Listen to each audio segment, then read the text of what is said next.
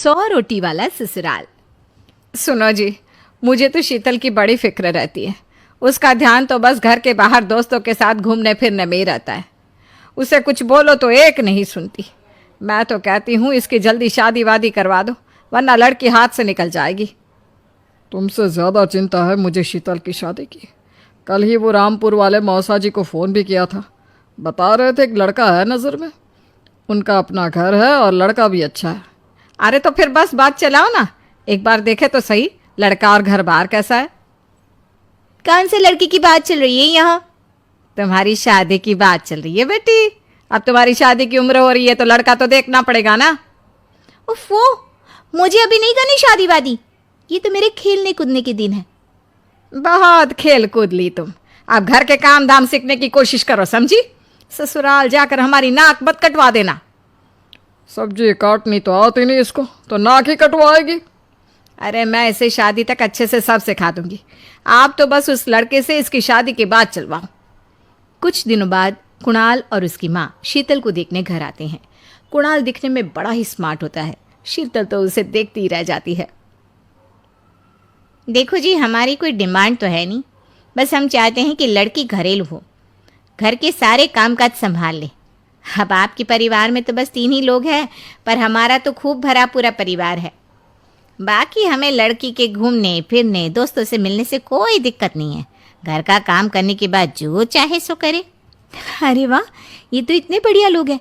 लड़का भी इतना स्मार्ट है और ऊपर से इन्हें मेरे घूमने फिरने से भी कोई दिक्कत नहीं है। हे भगवान, तूने तो बिना मांगे ही मुझे सब दे दिया। बताओ जी, और क्या चाहिए हमें? हमारी तरफ से तो रिश्ता पक्का है जी। बस फिर तो हंसी खुशी शीतल और कुणाल की शादी हो जाती है। शीतल मन ही मन बड़ी खुश होती है और उसी खुशी के साथ वो अपने ससुराल में कदम रखती है। आओ बहू, तुम्हारा अपने ससुराल में स्वागत है। ये मिलो अपने परिवार से।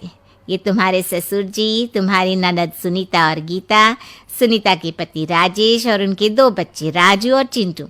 ये ना हमारे साथ यहीं रहते हैं। ये तुम्हारी दादी सास हैं और बाकी लोग अभी बाहर गए हुए हैं। इतने सारे लोग, ये सब यहीं रहते हैं इस घर में? अरे अभी तो मेरे देवर देवरानी और उनके 3 बच्चे यहाँ नहीं है। उसके मायके में भी शादी थी ना, तो बस वहीं गई है। कल तक आ जाएंगे। हे भगवान, ये घर है या धर्मशाला? ये सब एक साथ इस घर में कैसे रहते हैं?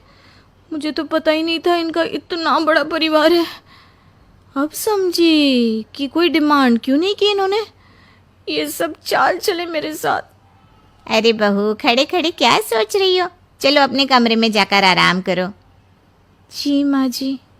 अगले दिन शीतल का ससुराल में पहला दिन होता है। शीतल रसोई में जाकर सबके लिए खीर बनाने लगती है। तभी उसके ननद सुनीता आती है। अरे वाह भाभी, आज क्या बना रही हो? बस दीदी, आज वो पहली रसोई है ना, तो खीर बना रही थी। अरे भाभी, ये खीर वीर रहने दो। घर में 4 लोगों को शुगर है और कुछ लोग मीठा ही नहीं खाते। आप ना सीधा खाना ही बना दो। क्या फ़र्क पड़ता है, मीठा बने या नमकीन, बस बहू के हाथ की पहली रसोई होनी चाहिए ना। जी दीदी, तो फिर मैं खाना ही बना देती हूँ। आप बता दो खाने में क्या बनेगा? बस सिंपल सी कोई सब्जी बना दो, जैसे आलू गोभी या आलू मटर, और उसके साथ रोटियां सेक दो। हमारे परिवार में अब तुम्हें मिलाकर पूरे 20 लोग हो गए हैं। 15 बड़े और 5 बच्चे। बड़ों की 6-6 और बच्चों की 2-2 के हिसाब से रोटी बना देना। चलो मैं चलती हूँ, सब देख लेना। हाँ, बड़ों की 6-6 रोटी, मतलब कि 15 लोगों की 90 रोटियाँ, और बच्चों की 2-2 रोटी, मतलब 5 बच्चों की 10 रोटियाँ। 90 और 10 मतलब कुल मिलाकर 100 रोटियाँ। हाय, मैं तो मर गई।